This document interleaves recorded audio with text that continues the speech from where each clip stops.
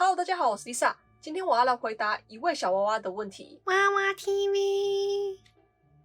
这位小娃娃他说呢，有一个问题想请教你，如果送件申请居民，是否有出国的限制及出国停留海外的时间？因美国现疫情严重，我的小孩想回台湾待一阵子，谢谢，感恩。我来总结一下他的问题。他应该是想问，申请美国大学居民学费的时候，如果有出国，是不是会被取消资格？其实这不是我收到第一封问我这个问题的了。在这个疫情之前呢，问我的都是暑假短暂回台湾，或者是出国玩可不可以，会不会影响到申请？其实这个问题理论上来说应该是不行啦，因为要申请居民需要符合3个基本条件：一是你人要在那个州住满1年又1天；二是你要把那个州当成你要定居永住的家，而不是因为读书或者是工作之类的关系来暂时住的而已；三呢是你要提出证明。那大家想想看嘛，人家就已经在申请的基本条件上面写明说你要在这个州里面住满1年又1天，那如果你中途离开的话呢，不就不符合资格了吗？不过问题来了，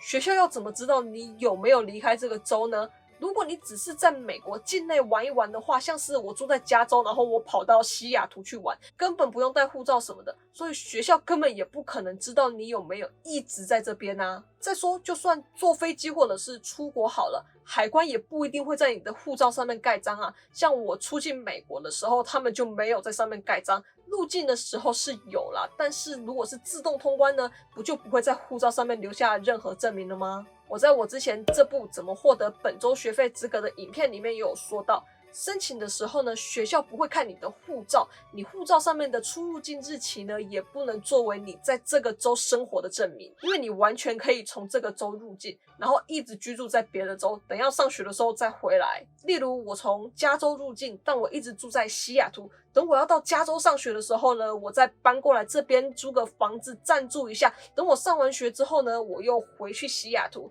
这样不就是我没有想要在加州定居居住的意图吗？所以学校也是蛮聪明的啦，为了杜绝这种事的发生呢，所以一定要你提供你以这个州为家的证明。护照呢，并不是一个有效的证明。那什么才是有效的证明呢？像是房子的租赁契约，不过我觉得光是租赁契约好像有一点点薄弱，因为好像没有办法证明你有要在这边长期居住的打算，所以还是要看学校啦。有些学校可能会要你提供第2个证明。那其他还有州的投票登记啊，州的身份证或者是驾照，在这个州里面置产啊，在这个州的银行开户啊，或者是在这个州有专业的执照。在美国很多执照是你考到之后呢，你就只能在那个州里面执业，不能跨州执业。像是如果我考到医生的话呢，我就只能在加州开诊所，或者是在加州的医院就业，我不能跑到西雅图去就业。所以我觉得专业执照应该是一个很有力的证明。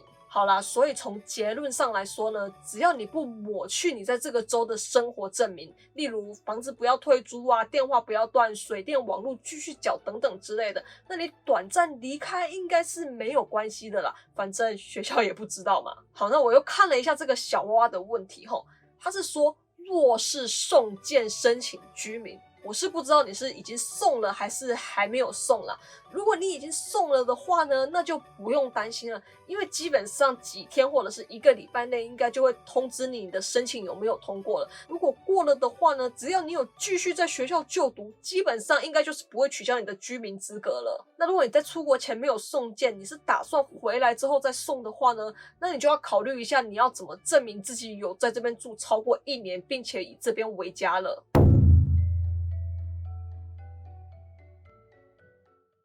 我这样说，大家有明白我的意思吗？那如果大家还有什么问题的话呢，都欢迎留言或者是私讯我哦。我是 Lisa， 今天的影片就到这里。如果你喜欢或者觉得有帮助的话呢，不要忘记帮我按赞加分享。还没订阅的朋友们呢，也不要忘记帮我按下订阅，然后记得打个小铃铛哦。另外 Lisa 也有 Facebook 跟 Instagram， 有兴趣的朋友们呢，一起帮我 follow 按下赞。那我们就下次见啦，拜拜。